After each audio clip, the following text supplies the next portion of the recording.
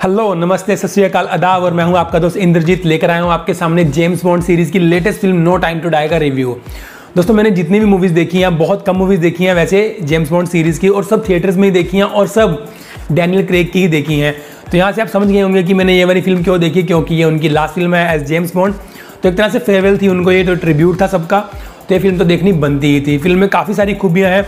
Like film सबसे लंबी film है ये जेम्स बॉन्ड सीरीज़ की, और हॉलीवुड की मेरी सबसे लंबी फिल्म। लाइक 3.25 घंटे की फिल्म है ये, एग्जैक्टली 3.25 घंटे की, जहाँ पर इंटरवल भी ज़बरदस्ती से दिया जाता है। मतलब इंटरवल वहाँ पे फ्लैश नहीं होता, बीच में से एकदम फिल्म बंद कर दी जाती है। तो अगर हम हॉलीवुड स्ट्रक्चर की बात करें, कॉन्सेप्ट की बात करें, तो लगातार 3.25 घंटे बैठकर आपको फिल्म देखनी पड़ेगी, नो इंटरवल। बट हमारे वाले ज़बरदस्ती दे देते हैं। तो दोस्तों, अगर रिव्यू की बात करें तो जेम्स बॉन्ड सीरीज़ की मैंने जितनी भी मूवीज़ आज तक देखी हैं, those are hard to understand on the spot. मतलब कि इतने सारे सब प्लॉट्स, इतने सारे सबमिशंस चल रहे होते हैं बीच में, कि उस टाइम पे आपको सारे कुछ समझ आना, सब कुछ समझ आना काफ़ी कॉम्प्लिकेटेड रहता है। लेकिन बाद में ओवरऑल जो प्लॉट है वो आपको समझ आ जाता है, जिसके कारण फिर बीच के मिशन भी समझ आ जाते हैं। और इस फिल्म की जो टर्मिनोलॉजी है, लाइक इस फिल्म के अंदर जो नाम यूज़ किए गए हैं, इस फिल्म के अंदर जो वायरस है, उससे रिलेटेड जो लोग कनेक्टेड हैं, मुझे एक का नाम भी याद नहीं है। Those are very hard to understand and hard to memorize. तो इसलिए उसके लिए माफ़ी चाहता हूँ मैं। और मैं ओवरऑल आपको प्लॉट भी नहीं समझा सकता, क्योंकि काफ़ी ज़्यादा कॉम्प्लिकेटेड है प्लॉट। बट यस, यहाँ पर एक वायरस है, और ऑफ कोर्स वायरस विलेन के पास ही है। वो विलेन उसके ऊपर प्रोडक्शन चला रहा है अपनी, कहीं दूर समुद्र में किसी आइलैंड के ऊपर, जापान और रशिया के बीच में कहीं जाकर वो ये काम कर रहा है। सैफीन नाम का विलेन है वो, और वो किसी ना किसी तरह से दोनों से कनेक्टेड है। दोनों से मेरा मतलब है कि जेम्स बॉन्ड यानी कि डैनियल क्रेग से भी कनेक्टेड है, और उनकी जो लवर है उनसे भी कनेक्टेड है। तो वो कैसे कनेक्टेड है ये आपको खुद देखना होगा। सो इसी के पीछे पूरी कहानी घूमती है। इटली से स्टार्ट होती है कहानी, और कहाँ जापान के पास जाकर एक आइलैंड पर खत्म होती है। और जहाँ पर, क्योंकि मैं आपको ये बता चुका हूँ कि डैनियल क्रेग की लास्ट फिल्म है ये, और ये भी आपको अब तक सुनने में आ चुका होगा कि फिल्म का जो इमोशनल कोशेंट है वो काफ़ी हाई है, स्पेशली इन द क्लाइमैक्स। तो यहाँ से आपको आइडिया लग चुका होगा कि डैनियल क्रेग इस फिल्म में मर जाते हैं, and that's why the climax is very special. और मुझे नहीं लगता कि मैंने जितनी भी मूवी जेम्स बॉन्ड की देखी है या फिर कोई भी स्पाई थ्रिलर देखी है, वो इतनी ज़्यादा इमोशनली आपको अटैक करेगी आपके ऊपर। तो काफ़ी ज़्यादा इमोशनली आपको ये फिल्म पकड़ती है इन द क्लाइमैक्स। 3.25 घंटे की फिल्म है दोस्तों, लेकिन 3.25 घंटे में ये फिल्म आपको 1% भी बोर नहीं करती, 1% भी। और जेम्स बॉन्ड की सीरीज़ जितनी भी मूवीज़ आप उठाकर देख लीजिए, जितनी मैंने देखी है, लाइक स्काईफॉल देखी है मैंने, क्वांटम ऑफ सोलेस देखी है मैंने, अब ये देखी है, एक और देखी थी बीच में। सबके अंदर एक एक्टिवनेस होती है, चाहे फिर हम कन्वर्सेशन की बात करें, चाहे हम स्टंट्स की बात करें, चाहे हम डायलॉग्स की बात करें, चाहे हम मिशंस की बात करें, सब मिशंस की बात करें, फिल्म मतलब भागती है।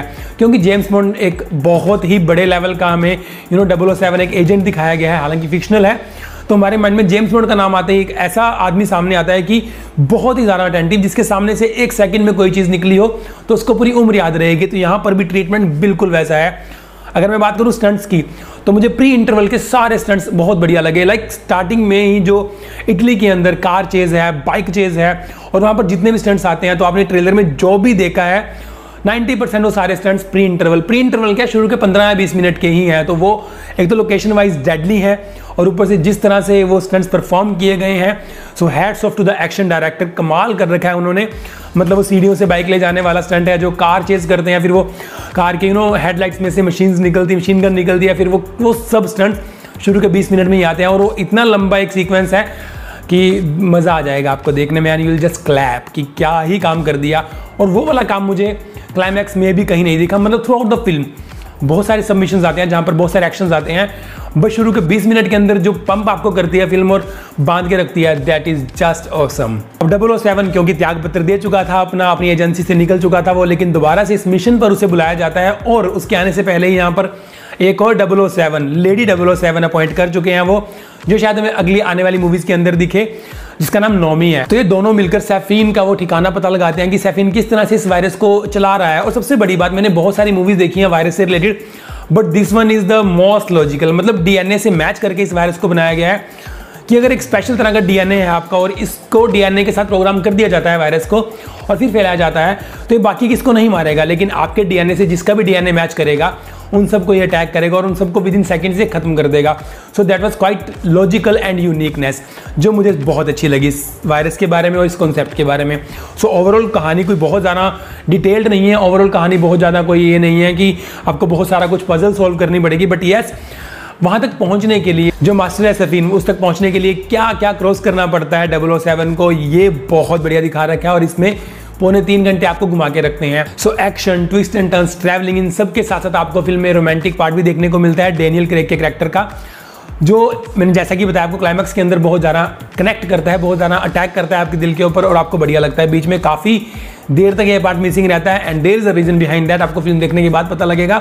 बट यस, जो रोमांटिक वाला पार्ट है वो मुझे यहाँ पर भी काफ़ी अच्छा लगा। परफॉर्मेंसेस की बात करें तो जेम्स बॉन्ड सीरीज की एक फिल्म है तो परफॉर्मेंसेस तो किसी की भी कम नहीं हो सकती। बट यस, डेनियल क्रेग की मैं बात करूँ तो यार शायद थी कुछ बात कि उनको था कि यार ये मेरा लास्ट रोल है, मुझे लास्ट बार परफॉर्म करना है, तो उन्होंने उसी तरह से परफॉर्म किया है और उन्होंने and his blue eyes speaks a lot. तो मतलब परफॉर्मेंसेस सबकी भूल जाओगे आप, आपको डेनियल क्रेग नहीं भूलने वाला। और बीजीएम, मतलब जेम्स बॉन्ड की बात हो, बीजीएम की बात ना हो, ऐसा हो ही नहीं सकता। तो जब भी जेम्स बॉन्ड का सिग्नेचर म्यूजिक चलता है बैकग्राउंड में, हालांकि वो प्रॉपर आपको फील नहीं दे पाता वैसे, क्योंकि काफ़ी ज़्यादा एडवांस और काफ़ी ज़्यादा अपडेट कर चुके हैं उसको,